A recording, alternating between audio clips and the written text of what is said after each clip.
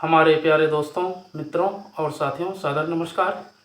मैं हूं आपका इष्ट मित्र दोस्त मिस्टर शांतिलाल डंसेना, बड़े डूमरपाली, रबड़सन, खरसिया, जिला रायगढ़, छत्तीसगढ़, भारत से हूं। मित्रों, एक बार मेरे साथ साथ में गायत्री महामंत्र का और संपुट के साथ में महामृत्युंजय मंत्र का उच्चारण करने का प्रयास करें। हमारे ओजस, तेजस और वर्चस्व की वृद्धि हो, इसके लिए सतत प्रयास करते रहें।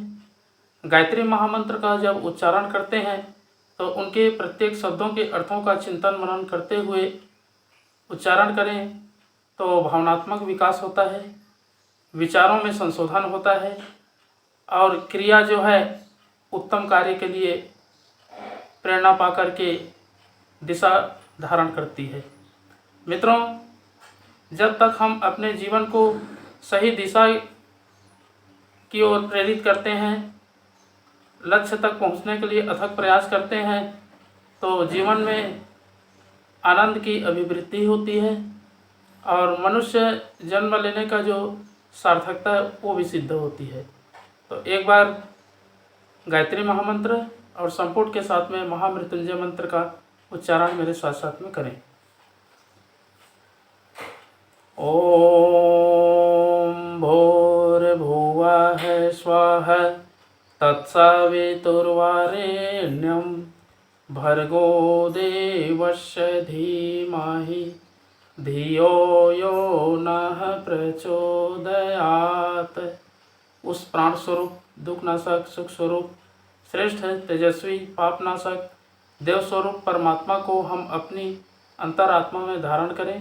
वह परमात्मा हमारी बुद्धि को सत्मार्ग की ओर प्रेरित करे। ओम हौम जूम सह ओम भूर्भुवस्वः ओम त्र्यंबकं यजामहे सुगंधिं पुष्टिवर्धनम् उर्वारुकमिव बंधनान् मृत्युर्मुक्षीयमामृतात्।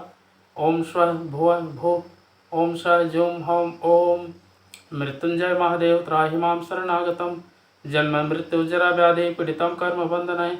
ओम असंभवं संभव कर्तुमुद्यतं प्रचंड झंझावृतिरोध सक्षमं युगस्य निर्माण कृते समुद्यतं परम महाकालमं नमाम्यहम्। ओम अस्तो मा सद्गमय तमसो मा ज्योतिर्गमय मृत्युर्मामृतं गमय। परम पूज्य गुरुदेव, वेद मूर्ति, तपोनिष्ठ, युग दृष्टा, युग प्रवर्तक, युग ऋषि पंडित श्री राम शर्मा आचार्य जी, परम वंदनीय माता जी भगवती देवी शर्मा जी और आद्य माँ गायत्री माता, धरती माता, भारत माता, प्रकृति, पर्यावरण, सूर्यदेव, महाकाल भगवान, सरस्वती माँ, लक्ष्मी माता, सभी ग्रह नक्षत्र, अखिल विश्व ब्रह्मांड के सभी देवी देवताओं के सूक्ष्म संरक्षण में जितने भी हमारे यूट्यूब चैनल के माध्यम से, फेसबुक के माध्यम से, व्हाट्सएप स्टेटस के माध्यम से वीडियो देख रहे हैं, सुन रहे हैं, समझ रहे हैं, ऐसे हमारे प्रिय आत्मीय, आदरणीय, सम्माननीय, परम हितैषी हमारे देवतुल्य भाइयों, देवी स्वरूपा माताओं, बहनों, आप लोगों को मेरा सादर प्रणाम। मित्रों, ऋषि चिंतन के सानिध्य में से आज का जो एक बहुत ही अनमोल, महत्वपूर्ण, दिव्य सुविचार है, आपके पास प्रस्तुत करने का प्रयास करूंगा।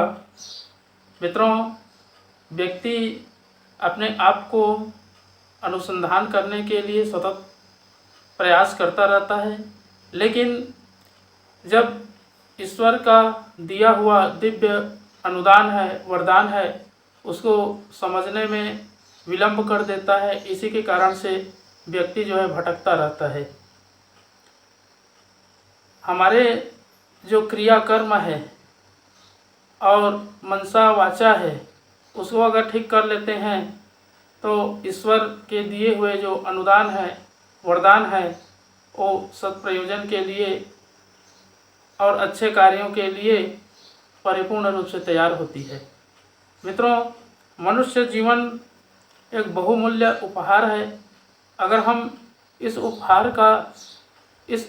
का सदुपयोग करते हैं और सच्चे अर्थों में इसका नियोजन करते हैं तो जीवन में उत्कृष्टता का भाव उत्पन्न होती है और व्यक्ति जो है समाजनिष्ठ बना रह सकता है। जो भगवान ने अनुदान के रूप में जीवन दिया है, दिव्य समय दिया है, इसको यदि व्यर्थ जाने देता है तो सबसे बड़ी मूर्खता को ही प्राप्त करता है। परमात्मा का सबसे बड़ा अमूल्य उपहार मनुष्य जीवन है। अगर मनुष्य जन्म लेने के बाद भी व्यक्ति इर्द गिर्द अनावश्यक कार्यों में अपना समय को लगाता है तो जीवन जो है कलुषित हो जाती है और कलमश कसाय से भर जाने के बाद में जीवन जो है परिपक्व नहीं हो पाती है। इसलिए इसका संशोधन करने के लिए अपने आप का परिमार्जन करना पड़ता है। विचारों का, भावनाओं का, उद्देश्यों का जब तक हम परिमार्जन नहीं करेंगे, अनुसंधान नहीं करेंगे, तब तक जीवन जो है अधूरा रहती है। जीवन रूपी समय का यदि सदुपयोग करना चाहते हैं तो इस सौभाग्य को समझें और उसका सदुपयोग करें। व्यक्ति जन्म लेने का उद्देश्य यही है कि जीवन रूपी समय का सद्व्यय करे और ऊंचे लक्ष्यों को प्राप्त करने के लिए हमेशा प्रेरित होता रहे।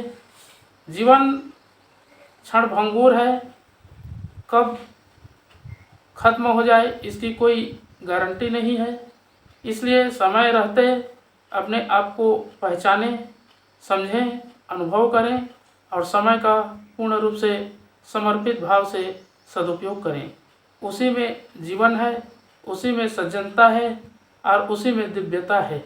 अगर हम इस वातावरण को अपने जीवन रूपी समय में फैला लेते हैं तो आनंद की अनुभूति होती है और जीवन रूपी समय का पूर्ण रूप से सदुपयोग होता है। मित्रों, कहने के लिए मनुष्य जीवन अनमोल है। अन्य प्राणी को देखा जाए तो हर प्राणी के अंदर बुद्धि, विवेक, योग्यता, क्षमता, पात्रता विकसित करने की क्षमता नहीं होती है, लेकिन मनुष्य ही एक ऐसा प्राणी है जिसमें ये सारे गुण तत्व पाए जाते हैं और अपनी प्रतिभाओं को भी विकसित करने की अद्भुत क्षमता इसके अंदर मौजूद है। ईश्वर ने बहुत ही कृपा करके इस मनुष्य जीवन को दिया है और इसकी सार्थकता को समझें और उसका सदुपयोग करें। सदुपयोग अनुशासन के साथ में करें। अगर हमारा जीवन अनुशासन से बंधा रहेगा तो जीवन में कायाकल्प हो जाएगी और जो उद्देश्य से जन्म लिए हैं उसकी सार्थकता हो जाएगी। इसलिए मित्रों, ऋषि चिंतन के सानिध्य में से आज का जो बहुत ही महत्वपूर्ण विचार है आप लोगों के पास प्रस्तुत करने का प्रयास कर रहा हूँ। आज का सुविचार है मित्रों, इस दिव्य अनुदान को व्यर्थ न जाने दें। बहुत ही अनमोल सुविचार है। परमात्मा का सबसे बहुमूल्य उपहार मनुष्य जन्म प्राप्त करने के सौभाग्य के उपरांत दूसरा सौभाग्य एक ही है, उसका सदुपयोग। यह कार्य मनुष्य की बुद्धिमत्ता पर छोड़ा गया है। वह प्रगति, अवगति या स्थिरता में से कोई मार्ग चुन ले और उस चुनाव एवं प्रयास के कड़वे मीठे फल भोगे। हम सब इस चक्र पर घूम रहे हैं, कर्तृत्व अपना किंतु उसका दोष दूसरों को देकर अपना मन बहलाने की आत्म प्रवंचना करते रहते हैं।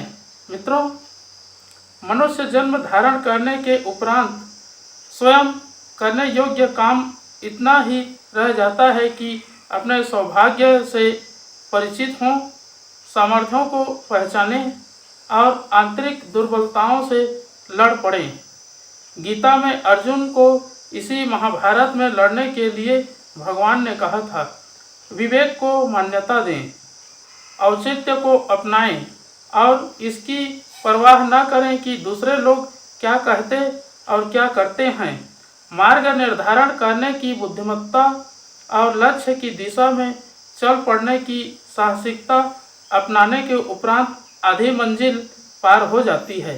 कुसंस्कारों से जूझने के लिए साधनाओं का उपक्रम और भटकाव की वेला में किसी समर्थ का मार्गदर्शन अभिष्ट है। यह दोनों ही कार्य सरल है, उतने नहीं जितने कि समझे जाते हैं। बहुत बहुत धन्यवाद मित्रों। अगले बार नए विचार लेकर के नए वीडियो के साथ में आपके पास पुनः प्रस्तुत होने का प्रयास करेंगे। सादर नमस्कार।